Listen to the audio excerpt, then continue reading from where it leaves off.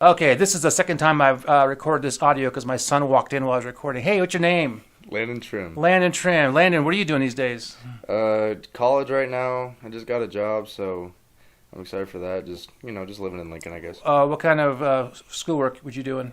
I'm just welding right now. No gen eds as of this semester, but I will be doing some this summer though. Okay, so my son Landon is in college, and he's not an art student, right? No. No. So we're going to talk about my painting here since he walked in while I was recording. So what do you see on the screen there, Lando? I see a dinosaur of sorts. Has a big horn on it and wings. It looks like he has no teeth, like he has dentures that fell out, right? Yes. Okay, well, I'm going to put the teeth in here pretty quick. So one thing I want to talk about to my fan club, and you guys listen to this, you're my fan club, is what you need to improve your artwork.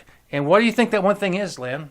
Attention to detail. That's a good solid answer. But my answer is practice. Okay. I feel like if you want to be a good anything in this world, you have to practice, practice, practice. And you spend a lot of time in practice in high school athletics, right? Absolutely. So you know what it means. So if you want to be good at anything, you have to put the legwork in and do what it takes to do it. So if you think your artwork sucks, and it may very well suck, I don't know, I haven't seen it.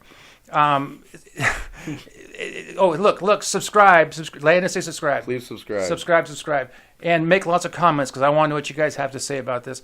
So you have to practice because if you don't, then you're just a part-timer and you're just, you don't want to be, working for a magazine. You probably don't actually.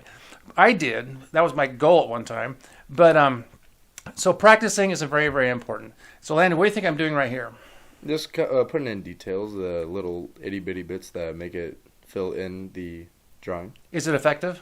Very, I'd say so.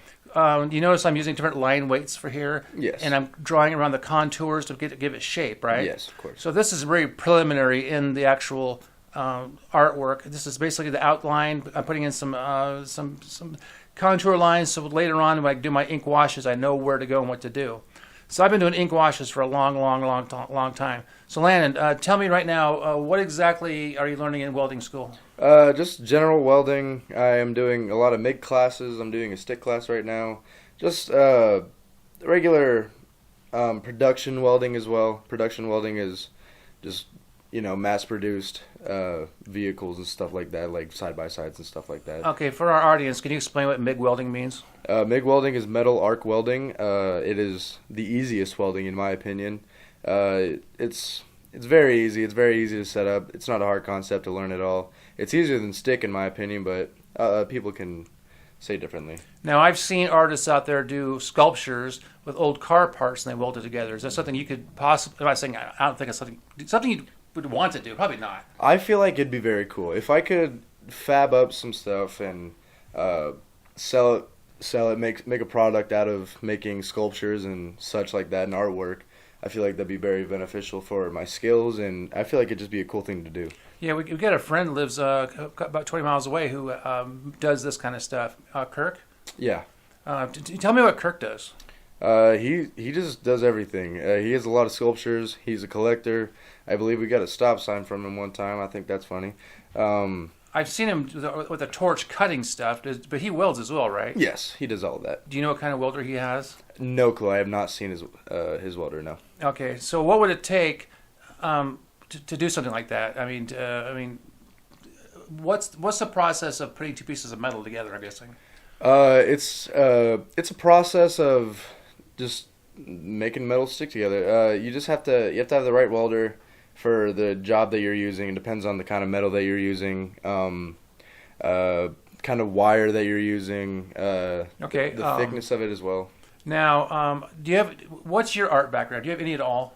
None at all. I took one art class in J-High. So how is it that my son has no art ability? Can you explain that to me? I was just never really interested in it. That's so funny because my parents didn't, my brothers don't, none of my kids do, but somebody dumped it on my head like 15 times, If I wasn't doing music or writing or painting something, I wouldn't know what to do with myself. Mm. So now we're putting in the ink wash. You know what ink wash is? No. You take India ink and you put it in these little tubs. You mix it with water and you get different flavors of it, or they call it value. Back when I was in art school, they call it value. Okay. There's like 1 through 10 or 1 through 100, with 1 being nothing or clear, 100 being black.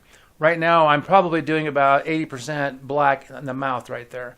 And I try to vary my different ink wash tones so I can give it, the 3D look that I'm looking for. The artwork I'm doing now is kind of what I call comic book style. Are you into comic books at all? Not my cup of tea, but I can read one, I guess. So what are you into? I'm more into sports. I like outdoor things. I'm not saying that this isn't interesting itself, but I do enjoy physical things, outdoor fishing sometimes. You like going out and cutting down trees and... I'm not a lumberjack, but I'm keen to some farm work, I guess. Somebody asked me today if I ever went fishing. Do you like fishing? I do like fishing. It's boring, but it's a good way to hang out with your friends at the same time. But then if you catch a fish, you have to touch it. Yes, you do have to touch it. And maybe you have to even cut it open, right? Well, it depends on what you're doing with the fish. I mean, I don't mind a good McDonald's chicken sandwich. Actually, I've gotten into them lately, but I would not want to eat an actual real fish. No. Anyway, so back to my thing. I'm putting in more darks here, and I'm thickening up my darks. This part here is kind of hard to explain when I put those little dark spots. In a future video, I'll explain that. But right now, I'm adding more. Let's just call it texture. So I'm adding more and more texture, putting some darks on the bottom of the chin. And next thing coming up, I think I start dipping in my paints here. Let's find out here. Next thing I do is I pull out my paint. So here I was early on thinking, my last dragon I made was green and yellow, I think. So I wanted to change it up. I thought, well, maybe I'll try red. You see lots of red dragons out there, right? Yes. What's that one cartoon? Shrek. It has a red dragon, right? Yes. Yeah, I wasn't trying to rip off Shrek, and I want Shrek to try to sue me for this, because this is... That looks nothing like the dragon from Shrek. Good. I'm not going to get sued for that. So I go with the red, and I do this technique where if I want to highlight, I don't paint it, because it's a watercolor technique, and I totally screwed that up on the horn in the front of his nose, because I painted over the whole damn thing, which means I had to backpedal later on and add white, which in a way was actually another happy accident, because of that, it made it look different. So I screwed up. It's funny, you watch me paint, it looks like I'm going 100 miles an hour, right? But when I actually paint, that's how I feel. I feel like I'm going 100 miles an hour because that camera's sitting right there, and I feel like I'm wasting internet film. I don't know what you call it. Mm-hmm. Even I could take my time, but I just don't. I need to slow down. So, this eyeball, this is the money shot. See where I left that white on the top of that eye? Mm-hmm. That's actually just paper, but it looks like a reflection. If I teach you guys anything in this video, it's that. And there's another part where I add a little bit more to the bottom part of the eye. It's another reflection, but I use paint for that. And that gives it a really, oh, look at that. Okay, more happy accidents. I wanted to put some texture in, so I got some paint. Some acrylic paint and some watercolor mixed together. And now I'm putting on scales, and it's a neat effect. Isn't that cool? Mm-hmm. So the picture, I'll have to admit, when I first started working on it, I thought I was going to go right in the trash can because I wasn't very happy with it. But as I got more and more paint on it, I actually started to like it. Here I can put some lipstick on this thing. Maybe it's a girl dragon. You know what? I don't know how to make a girl dragon. Because what do you do to make a dragon a girl? Put eyelashes and lipstick on it. And maybe a dress or something? I mean, really, what's the difference?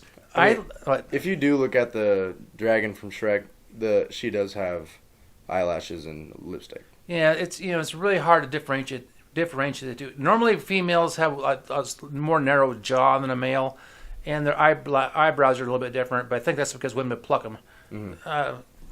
I'm observation. I'm not trying to be rude, but you don't usually see like women with big old hairy eyebrows, do you? No, you don't. So I thought about this. If I want to do some female dragons, what do I have to do? Oh, here, hold on, guys. You need to say like and subscribe, and leave lots and lots of comments, even if they're bad comments, because I need to know you're out there, right? Yes. Give me a comment right now. Here's an example of a comment.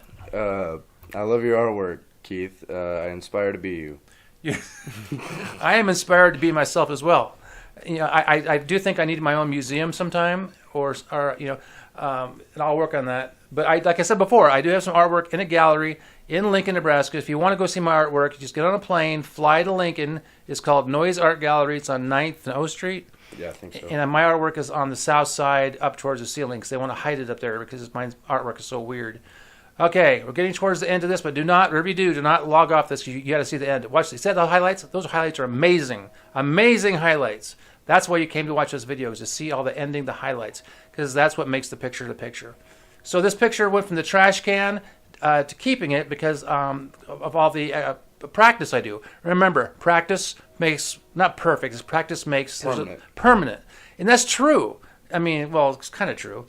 So here's the section where I put that other bit of under the eye. It's kind of a half-tone green, and that really sells it. That's the reason why you came to watch this video, for that flippin' eye. It's awesome. And I signed my name, and thank you. So, Landis, goodbye. Thank you very much. Goodbye. All right.